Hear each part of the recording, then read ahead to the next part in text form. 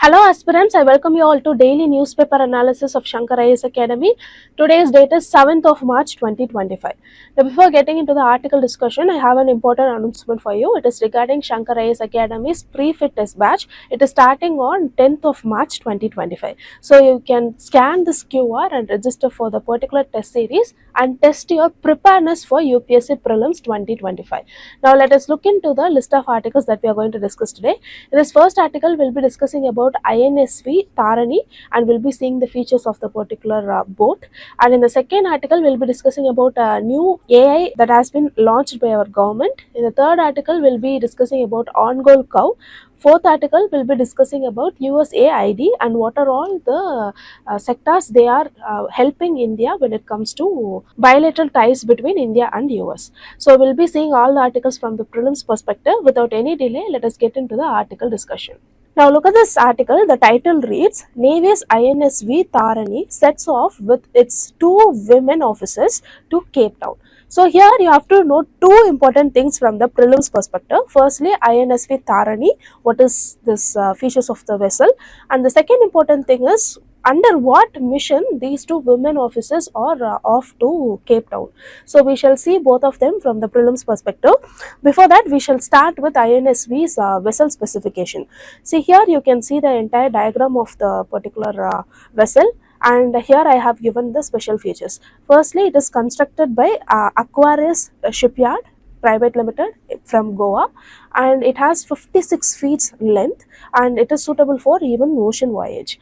And when we talk about the hull, here you can see about the hull, what is it, and it is made up of sandwich of both the hard wood core as well as fiberglass. So this will bring in lot of durability, especially when they are going on a long trip through ocean voyages. Now, then the musk, it is 25 meters, so this will help in navigation, especially with wind. And even for the emergency contact, there is satellite communication from this particular vessel. So these are very important facts that you have to remember about INSV Tharani.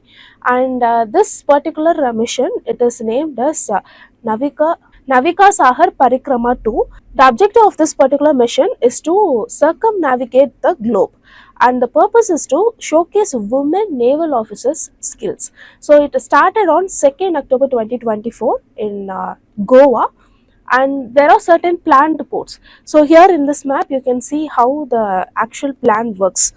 Let me just quickly go through the ports. So these ports you can just remember it. It can be asked in map as well. So the first thing is the Fremantle from Australia. Secondly, Lyttelton, New Zealand. Then Port Stanley, Falkland Island, and we have Cape Town from South Africa, and they will be returning to Goa. So here you can see the phases. So in the first leg, they will be starting from Goa to Fremantle. This will be happening. This happened in 9th November 2024. So from Goa, they will be reaching to Australia. So from there, they will be reaching to New Zealand, and they will be just going around the world, and they will be coming, crossing the Point Nemo. Here we have to remember about this Point Nemo from the prelims perspective. We shall see about that in a minute. So from Point Nemo crossing, they will be reaching the Cape Horn. Cape Horn is nothing but the tip of South America. From there, they will be reaching the Port Stanley, which is in Falkland, and again they will be starting from there. They will be reaching Cape Town, and they will be reaching Goa. So this is how they will be doing the navigation around the globe. See, Point Nemo is a place in South Pacific Ocean, and this point is very significant because the closest land from this point is 2,688 kilometers away. So it is the remotest island, and if you imagine if you are going to get stuck in that island, then you will be waiting for the rescue for years because there is no land nearby this particular island. And even if we take from the space, the satellite which is in the lower earth orbit, it is closer than the land, it is much closer than the land. So this is actually the reality when it comes to Point Nemo. And here there are certain islands which are very closer to this particular island. You can just quickly go through it from the map given here. And talking about the features of this Point Nemo, extreme remoteness, and this Point Nemo even have a pen name, spacecraft symmetry. Now moving on, we shall see about what is the significance of the mission. We can have lot of scientific collaboration in terms of marine research. For example, the National Institute of Oceanography, we can get data about microplastics and ferrous contents.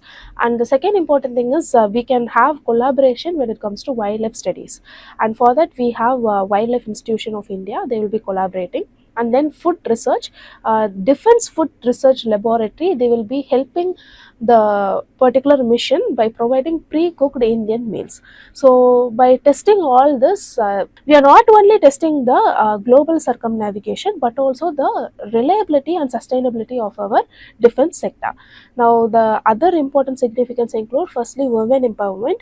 The entire vessel contains only 2 women, so this brings in lot of gender equality in the Indian Navy. And maritime excellence, it will showcase the global maritime prominence of India to the globe. So these are all very important facts that you have to remember from this article. Here we have a prelims question. Let me read out the question. Consider the following statements regarding INSV Tarani. So here 3 statements are given. The correct answer for the particular question is option D, 1, 2 and 3. All the statements given here are correct. So with these learned points, now let us move on to the next news article discussion. Now look at this article. This article talks about a launch of a new AI model by our government named AI Kosha. So this AI Kosha will actually strengthen shared GPU capacity. So here GPU is nothing but the graphics processing unit. So we shall see what are all the implications of this particular app one by one. Before that, we shall see about the features and the objective of this particular model. See, AI Kosha is India's AI data set platform. So in this data set platform, you will be getting AI sandbox and tools for developing AI models. So here it will also provide a secure repository in terms of dataset, AI models and use cases. So the target for this particular mission is the startups, researchers and enterprises. So the basic outline of AI Kosha is nothing but government itself is providing a platform for you to refer to develop a particular AI model based on the specifications that you require. So instead of going to an open source and you are referring to the open source and then developing, government itself is creating a one-stop solution and one platform. And in this platform, you can get access to all the things that you require to develop a AI model. So what it will be happening is, you will get free access to it and you will be developing an AI model, and it will be increasing the economy as well, because the startups will be using the idea in lot of ways very freely. So this is what the very basic aim of this particular mission. Now moving on, we shall see about the key features. Firstly, it has a comprehensive repository with literally 300 plus data sets are there and 80 plus AI models are there. So you can just pick and choose whatever you require based on your demand, and it will include both the government as well as private data. If this is not there, then you have to rely on the open source. Certain startups, they will be relying, they will be even paying very huge amount to in order to acquire the private data. So that will be prevented here, which means to have a startup itself, you don't require a lot of money. Now second important thing is the AI box and the IDE. So here all the testing and experimentation will be provided, and the preloaded tools and data sets will be provided. Thirdly, they will be providing secure and ethical access. So you can actually have high quality data access without paying high premiums. So the compliance will be security and even ethical, and it will be open and affordable, it will be accessible to all, and it will be democratizing the AI itself. And finally, it will bring in lot of skill development. For example, tutorials, they will be using it. When it comes to tutorial, they will be just customizing it based on the users, especially students. So we are having a lot of hybrid models.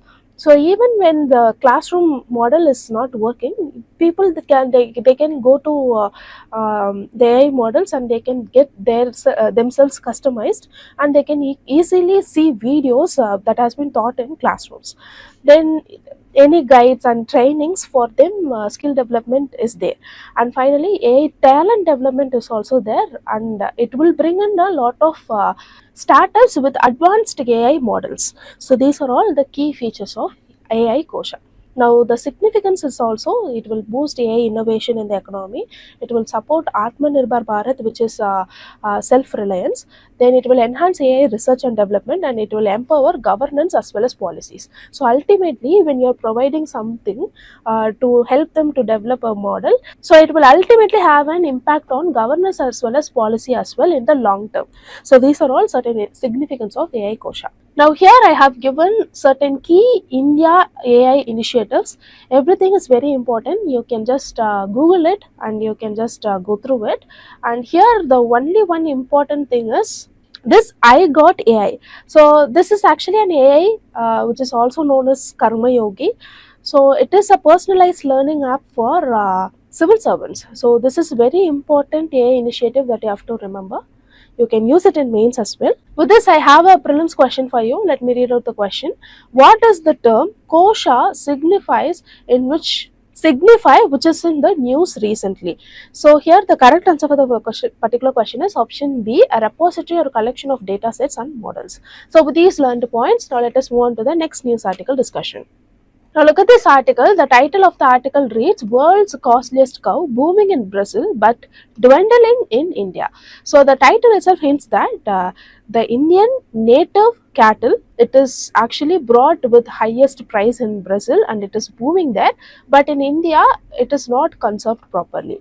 So here the costliest cow they are talking about is nothing but the Ongole cattle. So from prelims perspective, we have to learn about the basics about it. So let's start with the Ongole cattle breed. Here you can see the image of the particular breed. So it is native to Prakasam district of Andhra Pradesh. So it is basically native to Andhra Pradesh, and it is found in districts like Guntur, Vinukonda, then Narasuraupet, Ongole, and Kandakur. So it is also known as Nellore breed because it is historically associated with Nellore district. Now moving on, their physical traits, they are large, muscularly built, and they have long limbs and shorter necks. They have distinct hump in male, and the female has distinct hump. Talking about the coat, they have white or grey with dark grey patches in it. Their horns are short, thick at base, and they will be growing outwards, and they will be having dewlaps. It is fleshy and it is extended to navel flap. Here this dewlap is nothing but this extra skin that is attached. So here you can see it is extended, right? So it just attaches with the cheeks. Now moving on, we shall see about the temperament and utility. It is docile, meaning we can actually make it work for our convenience, and it is easy to manage, and it is a stronger bull. It is used for ploughing and transportation, and it provides very moderate milk. And when it comes to the specialty of the Ongole breed, they are highly heat resistant because they dwell around the tropical climate, and they have genetic priority because they have strong immune system and low disease susceptibility. They even have historical significance. For example, in the Indus Valley civilization, it is resembled as Zebu, and in the Rig Vedic text, they are very important in the socio-economic life, and they are used for crossbreeding as well as dairy farming, and is highly valued in Brazil, USA, and Australia. When we talk about Brazil, they have their own Ongole cow, which is named as Viatina 19. It is the world's most expensive cow as per 2020, as of 2025. Now moving on, we shall see about the economic and global significance. It is used for cross breeding. It is used globally, and it will be breeded with the local breeds. Secondly, the Brazilian success with the Ongole. Brazil has actually developed a elite genetic stock when it comes to this Ongole.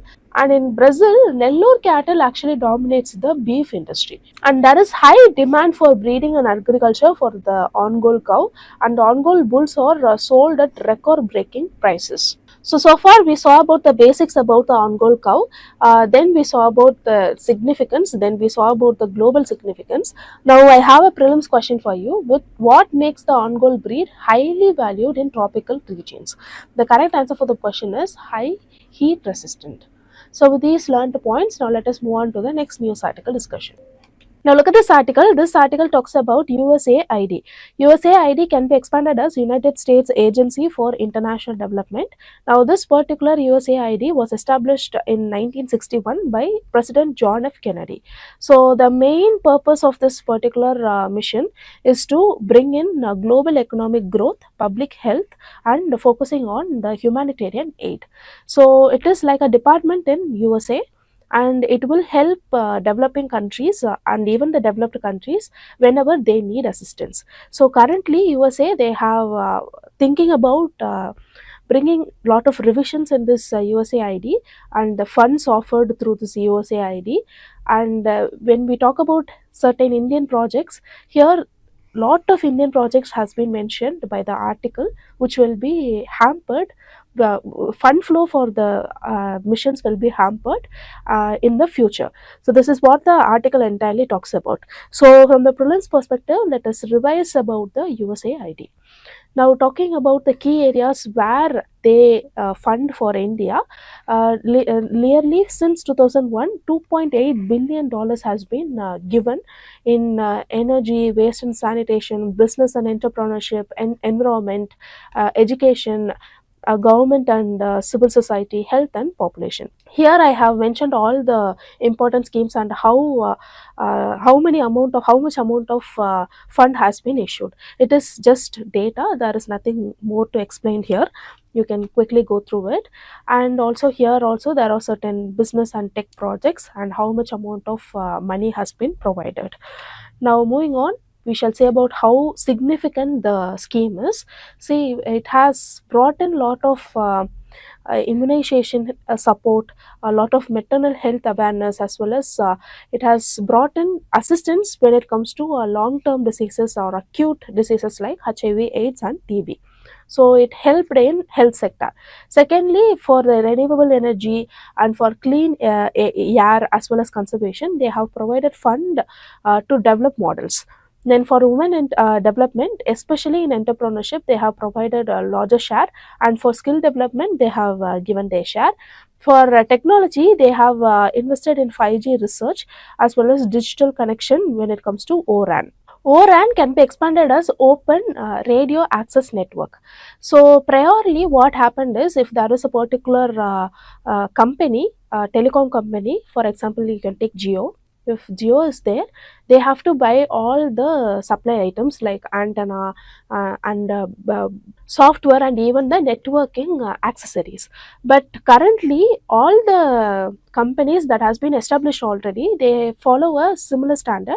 So even you as a company, you can get access to different companies for different things. So this is what ORAN is about, and it has helped digital connectivity in India, especially when India has a lot of digital divide.